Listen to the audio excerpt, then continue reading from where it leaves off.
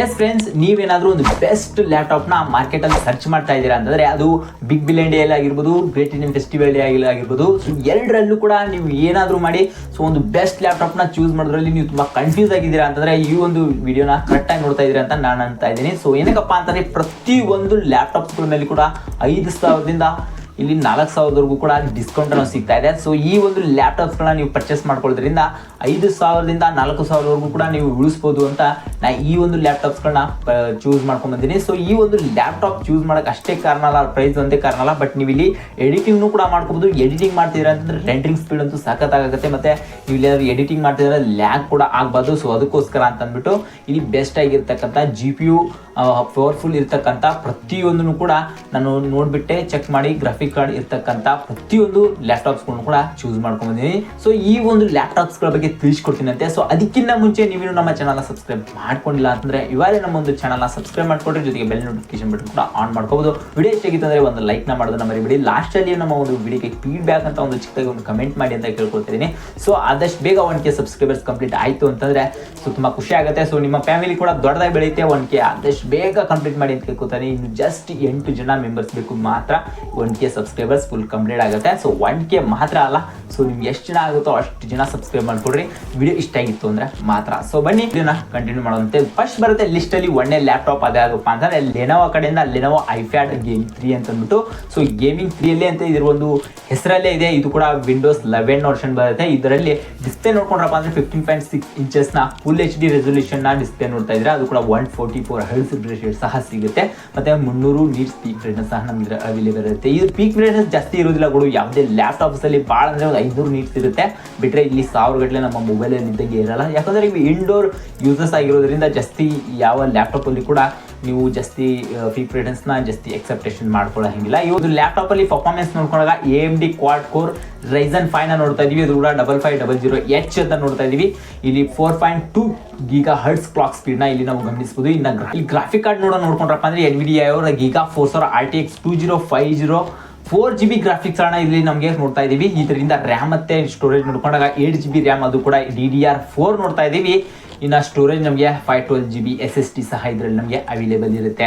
ಈ ಒಂದು ಲ್ಯಾಪ್ಟಾಪಲ್ಲಿ ನಮಗೆ ಪೋರ್ಟ್ಸ್ ಬಗ್ಗೆ ನೋಡ್ಕೊಂಡ್ರಪ್ಪ ಅಂತಂದರೆ HDMI ಕೇಬಲ್ ಕೂಡ ನೀವು ಕನೆಕ್ಟ್ ಮಾಡ್ಕೋಬಹುದು, USB to Type-C ಕನೆಕ್ಟ್ ಮಾಡ್ಕೋಬಹುದು. ಇದೊಂದು ಬಿಟ್ಟರಪ್ಪ ಅಂದರೆ ಹೆಡ್ಫೋನ್ ಮತ್ತು ಮೈಕ್ರೋಫೋನ್ ಕೂಡ ಇಲ್ಲಿ ಜಾಕ್ 3.5mm ಜಾಕ್ ಇದರಲ್ಲಿ ಅವೈಲೇಬಲ್ ಇರುತ್ತೆ. ಸೊ ಇದರಿಂದಾಗಿ ಬೆಸ್ಟ್ ಪ್ರೈಸ್ ಏನಪ್ಪ ಅಂತಂದರೆ ಈ ಒಂದು ಮಾರ್ಕೆಟ್ ಪ್ರೈಸ್ ನಮಗೆ 43,990 ಇರುತ್ತೆ. ಸೊ ಇದರೊಂದು ಬೆಸ್ಟ್ ಡಿಸ್ಕೌಂಟ್ ಅಂತ ಹೇಳ್ಬೋದು. SBI ಕ್ರೆಡಿಟ್ ಕಾರ್ಡ್ ನಿಮ್ಮ ಹತ್ರ ಏನಾದರೂ ಇದೆ ಅಂತಂದರೆ 4,000 ಇನ್ಸ್ಟೆಂಟ್ ಡಿಸ್ಕೌಂಟ್ ಆಗುತ್ತೆ. ಸೊ ಇದರಿಂದಾಗಿ ನೀವು ಈ 43,000ದಲ್ಲಿ ನೀವು ಆರಾಮಾಗಿ 44,000 ಅಂತ ಇಟ್ಕೊಳ್ಳಿ. ಇದೊಂದು ಫೋನಲ್ಲಿ ನಮಗೆ 40,000ಕ್ಕೆ ಈ ಒಂದು ಫೋನ್ ನೀವು ಪರ್ಚೇಸ್ ಮಾಡ್ಕೋಬಹುದು. ಇದೊಂದು ಬೆಸ್ಟ್ ಆಪ್ಷನ್ ಆಗುತ್ತೆ ನನ್ನ ತಿಳಿದ ಪ್ರಕಾರ. ಸೊ ನೀವೇನಾದರೂ ಒಂದು ಎಡಿಟಿಂಗು ಮತ್ತು ಏನಾದರೂ ಗೇಮ್ನ ಆಡೋಕ್ಕೆ ನೀವೊಂದು ಲೋ ಬಜೆಟಲ್ಲಿ ಒಂದು ಲೆವೆಲ್ಗೆ ಅಂದರೆ ಈ ಗ್ರಾಫಿಕ್ ಕಾರ್ಡ್ ಇಲ್ಲ ಅಂದರೆ ನಾವು ಗೇಮ್ನ ಹೈ ಸೆಟ್ಟಿಂಗಲ್ಲಿ ಆಗಿರ್ಬೋದು, ಎಡಿಟಿಂಗ್ನ 4K ಒಳಗಾಗಿರಲು ಎಡಿಟ್ ಮಾಡ್ಕೊಳ್ಳೋಕ್ಕಾಗಲ್ಲ. ಸೊ ಅದಕ್ಕೋಸ್ಕರ ಈ graphic card is the main important ಆಗುತ್ತೆ. ಅದು ಕೂಡ RTX 2050 Giga 4000 4GB graphic card ಸಹ ಇದರಲ್ಲಿ ಅವೈಲೇಬಲ್ ಇರುತ್ತೆ. ಸೊ ನೀವು ಕಣ್ಣು ಮುಚ್ಕೊಂಡು ಈ ಒಂದು ಲ್ಯಾಪ್ಟಾಪ್ಸ್ನ ಪರ್ಚೇಸ್ ಮಾಡ್ಕೋಬಹುದು.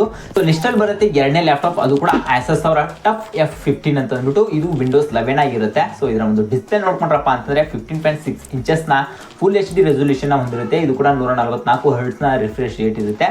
ಆಂಟಿ ಕ್ಲಿಯರ್ ಡಿಸ್ಪ್ಲೇನ ಇದರಲ್ಲಿ ನಾವು ಗಮನಿಸಬಹುದು. ಅದನ್ನ ಬಿಟ್ಟರಪ್ಪ ಅಂದರೆ 250 ನೀಟ್ಸ್ ಪೀಕ್ ಬ್ರೈಟ್ನೆಸ್ ಸಹ ಇದರಲ್ಲಿ ಅವೈಲೇಬಲ್ ಇರುತ್ತೆ. ಸೊ ಈ ಒಂದು Asus ಅಂತಂದರೆ ಗೇಮಿಂಗ್ ಅಂತಾನೆ ಹೇಳ್ಬೋದು. ಇದು ಪರ್ಟಿಕ್ಯುಲರ್ Asusನವರು ಗೇಮ್ ಅಂತಾನೆ ಇಲ್ಲಿ ಎಲ್ಲರೂ ಕೂಡ ಈ ಒಂದು ಫೋನ್ನ ಬಿಲ್ಡ್ ಮಾಡ್ತಾರೆ, ಮತ್ತು ಲ್ಯಾಪ್ಟಾಪ್ಸ್ನ ಬಿಲ್ಡ್ ಮಾಡ್ತಾರೆ. ಸಿಸ್ಟಮಲ್ಲಿ ಕೂಡ Asus ಅಂದ ತಕ್ಷಣ ಈ ಒಂದು ಗೇಮಿಗೆ ಅಂತಲೇ ಪರ್ಟಿಕ್ಯುಲರ್ ಆಗಿ ಲಾಂಚ್ ಮಾಡಿರ್ತಕ್ಕಂಥ ಮಾರ್ಕೆಟಲ್ಲಿ ಇದೊಂದು Asus ಅಂತ ಹೇಳ್ಬೋದು. ಇನ್ನು ಅದನ್ನು ಬಿಟ್ಟರೆ ಅಂದರೆ ಇಲ್ಲಿ ಫೋನಲ್ಲಿ ಪರ್ಫಾರ್ಮೆನ್ಸ್ನ ನೋಡ್ಕೊಳ್ಳೋಣ. ಇಂಟೆಲ್ ಕೋರ್ i5 ಪ್ರೊಸೆಸರ್ ನೋಡ್ತಾ ಇದ್ದೀವಿ. ಅದು ಕೂಡ 11400ನ H ನೋಡ್ತಾ ಇದ್ದೀವಿ. 11th ಜನರೇಷನ್ ಅಂತ ಹೇಳ್ಬೋದು.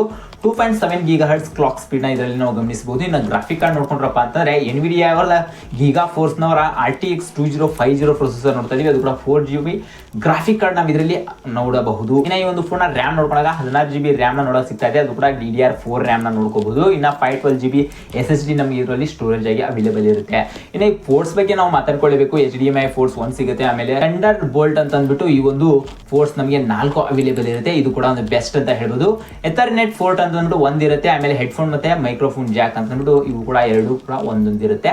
ಇಷ್ಟು ಈ ಒಂದು ಫೋನ್ನ ಸ್ಪೆಸಿಫಿಕೇಶನ್ ಆಗಿತ್ತು. ಇದರ ಒಂದು ಬೆಸ್ಟ್ ಪ್ರೈಸ್ ಏನಪ್ಪ ಅಂತಂದರೆ ಈ ಒಂದು ಫೋನ್ ಬರೋಬ್ಬರಿ 50,000ಕ್ಕೆ ನಮಗೆ ಇದರಲ್ಲಿ ಅವೈಲೇಬಲ್ ಇರುತ್ತೆ. ಈ ಒಂದು SBI ಕ್ರೆಡಿಟ್ ಕಾರ್ಡ್ ನಾವು ಡಿಸ್ಕೌಂಟ್ ಮಾಡಿದಾಗ ಇಲ್ಲಿ ಇವತ್ತು ಡಿಸ್ಕೌಂಟ್ ಆಗುತ್ತೆ 48,250 ರೂಪಾಯಿಗೆ ನಮಗೆ ಒಂದು ಫೋನ್ ಬೆಸ್ಟ್ ಪ್ರೈಸ್ ಆಗಿ ಪರ್ಚೇಸ್ ಮಾಡ್ಕೋಬಹುದು. ಒಂದು ಒಳ್ಳೆ ಆಪ್ಷನ್ ಕೂಡ ಆಗುತ್ತೆ, ಯಾಕಂದ್ರೆ ಇಲ್ಲಿ ಥಂಡರ್ ಬೋಲ್ಟ್ ಸಿಗ್ತಾ ಇದೆ. ಅದನ್ನ ಬಿಟ್ರೆ ಇಲ್ಲಿ ನಮಗೆ RTX ಗ್ರಾಫಿಕ್ ಕಾರ್ಡ್ ಸಹ ಸಿಗ್ತಾ ಇದೆ. ಅದನ್ನ ಬಿಟ್ರೆ ಇಲ್ಲಿ ಡಿಸ್ಪ್ಲೇ ಪ್ರೊಟೆಕ್ಷನ್ ಆಗಿ ಆಂಟಿ ಗ್ಲೇರ್ ಡಿಸ್ಪ್ಲೇ ಸಿಗ್ತಾ ಇದೆ. ಸೊ ಇದರಿಂದಾಗಿ ಈ ಒಂದು ಪ್ರೈಸ್ ಬೆಸ್ಟ್ ಅಂತಾನೆ ಹೇಳಕ್ ಇಷ್ಟಪಡ್ತೀನಿ. ಸೊ ಈ ಒಂದು ಬೆಸ್ಟ್ ಲ್ಯಾಪ್ಟಾಪ್ ನ ನೀವೇನಾದ್ರು ಪರ್ಚೇಸ್ ಮಾಡ್ಕೋಬೇಕಂಗಿತ್ತು ಅಂದ್ರೆ ಬೆಸ್ಟ್ ಗೇಮರ್ಸ್ಗೆ ಈ ಒಂದು ಲ್ಯಾಪ್ಟಾಪ್ ಬೆಸ್ಟ್ ಅಂತ ಹೇಳಕ್ ಇಷ್ಟಪಡ್ತೀನಿ. ನೋಡಿ, ಒಂದು ಪ್ರೈಸ್ ಬೆಸ್ಟ್ ಆಪ್ಷನ್ ಕೂಡ ಆಗುತ್ತೆ. ನೀವೇನಾದ್ರು ಬೇಕಿತ್ತಂದ್ರೆ ಪರ್ಚೇಸ್ ಮಾಡ್ಕೋಬಹುದು. ಸೊ ಲಿಸ್ಟ್ ಅಲ್ಲಿ ಬರುತ್ತೆ ಮೂರನೇ ಆಪ್ಷನ್, ಅದು ಕೂಡ Asus TUF Gaming A15 ಅಂತ ಅಂದ್ಬಿಟ್ಟು. ಇದು ಕೂಡ ಒಂದು ಬೆಸ್ಟ್ ಡಿಸ್ಪ್ಲೇ ಅಂತ ಹೇಳ್ಬೋದು, ಒಂದು ಬೆಸ್ಟ್ ಗೇಮಿಂಗ್ ಮತ್ತೆ ಎಡಿಟಿಂಗ್ ಲ್ಯಾಪ್ಟಾಪ್ ಅಂತ ಕೂಡ ಕರಿಬಹುದು. ಈ ಒಂದು ಡಿಸ್ಪ್ಲೇ ನೋಡ್ಕೊಂಡಾಗ 15.6 ಇಂಚಸ್ ನ ಫುಲ್ HD ರೆಸಲ್ಯೂಷನ್ ಹೊಂದಿರತಕ್ಕಂಥ ಡಿಸ್ಪ್ಲೇ ಅಂತ ಹೇಳ್ಬೋದು.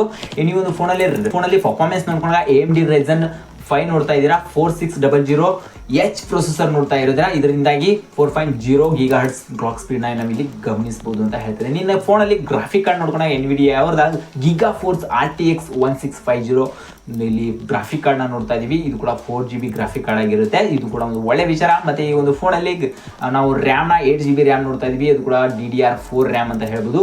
ಇನ್ನು 512GB SSD ಸಿಗ್ತಾ ಇದೆ. ಇದು ಕೂಡ ಒಂದು ಒಳ್ಳೆ ವಿಚಾರ. ಇನ್ನು ಪೋರ್ಟ್ಸ್ ಬಗ್ಗೆ ಮಾತಾಡ್ಕೊಳ್ಳೇಬೇಕು. ಇನ್ನು HDMI ಪೋರ್ಟ್ 1 ಸಿಗುತ್ತೆ, USB 3.0 ಇಲ್ಲಿ 4 ಪೋರ್ಟ್ ನಮ್ಗೆ ಇದರಲ್ಲಿ ಅವೈಲೇಬಲ್ ಇರುತ್ತೆ. ಹೆಡ್ಫೋನ್ ಮತ್ತೆ ಮೈಕ್ರೋಫೋನ್ ನ ಜಾಕ್ ಆಗಿ ನಮ್ಗೆ ಇದರಲ್ಲಿ ಒಂದೊಂದು ಸಿಗುತ್ತೆ.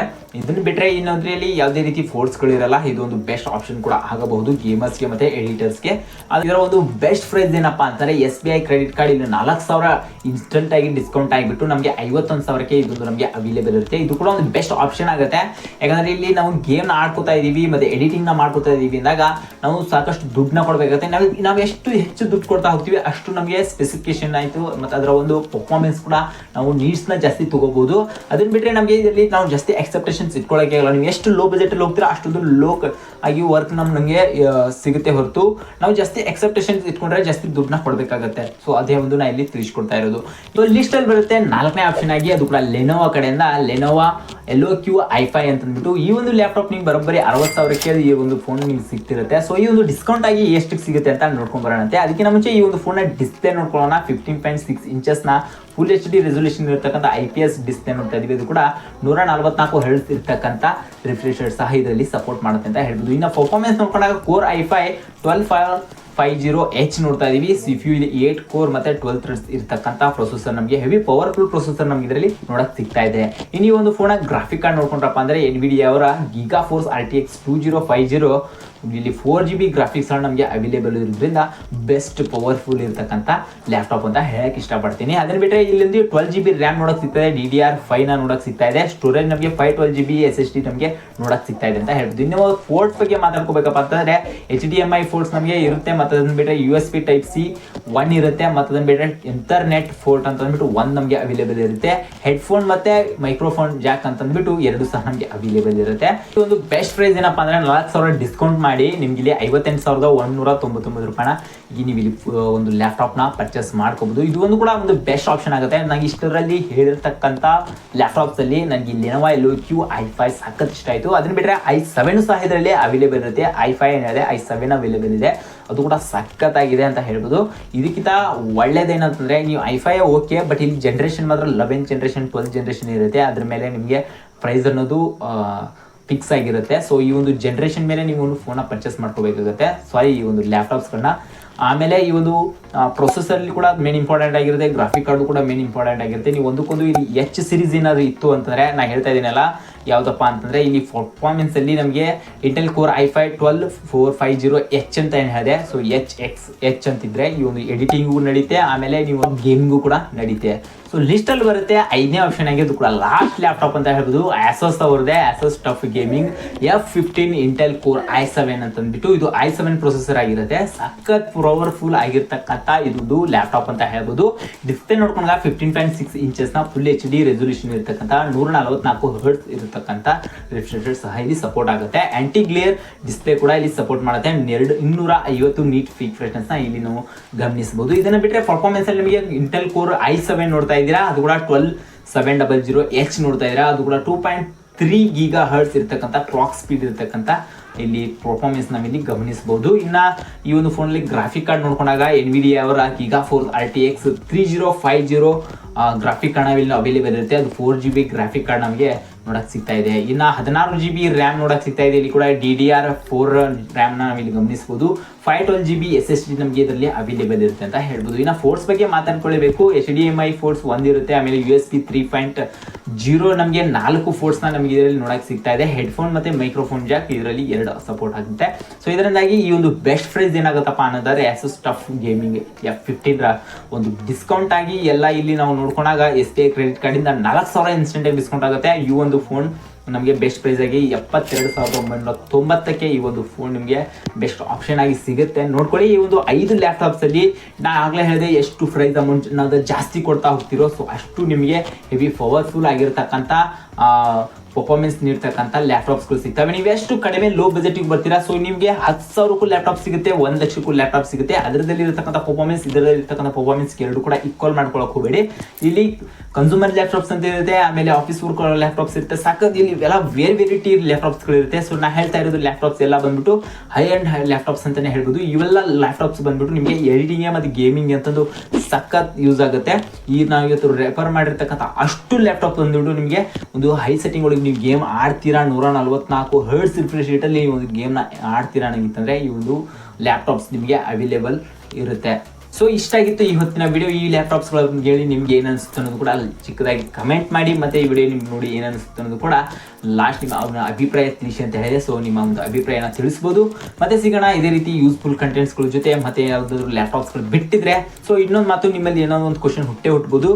ಮ್ಯಾಕ್ಬುಕ್ ಏರ್ 1 ನಿಮಗೆ ಯಾಕೆ ಸಜೆಸ್ಟ್ ಮಾಡಿಲ್ಲ M1 ಅಂತ ಅಂದ್ಬಿಟ್ಟು ಕೇಳ್ಬೋದು. ಸೊ ಮ್ಯಾಕ್ಬುಕ್ ಯಾಕೆ ಸಜೆಸ್ಟ್ ಮಾಡಿಲ್ಲ ಅಂತಂದರೆ ಸೊ ನಾವು ಎಡಿಟಿಂಗ್ ಮಾಡ್ತೀನಿ ಅಂತಂದರೆ ಇಟ್ಸ್ ಓಕೆ, ಅದರಂಥ ಪವರ್ಫುಲ್ ಮ್ಯಾಕ್ಬುಕ್ಕಲ್ಲಿ ಇರ್ತಕ್ಕಂಥ ಎಕ್ಸ್ಪೀರಿಯನ್ಸ್ ನಮ್ಗೆ ಯಾವುದರಲ್ಲೂ ಸಿಗಲ್ಲ. ಯಾವ ಥರ ವಿಂಡೋಸಲ್ಲಿ ಯೂಸ್ ಮಾಡಿದ್ರು ಸಿಗಲ್ಲ, ಮೈಕ್ರೋಸಾಫ್ಟಲ್ಲಿ ಯೂಸ್ ಮಾಡಿದ್ರು ಸಿಗಲ್ಲ. ಸೊ ಆದರೆ ಇಲ್ಲಿ ನಾವು ಗೇಮ್ನ ಆಡ್ಕೊಳ್ಳೋಕ್ಕಾಗಲ್ಲ, ಮ್ಯಾಕಲ್ಲಿ ನಾವು ಗೇಮ್ನ ಆಡ್ಕೊಳ್ಳೋಕ್ಕಾಗಲ್ಲ. ಇದೊಂದು ನಿಮ್ಮ ತಲೆಯಲ್ಲಿರಲಿ.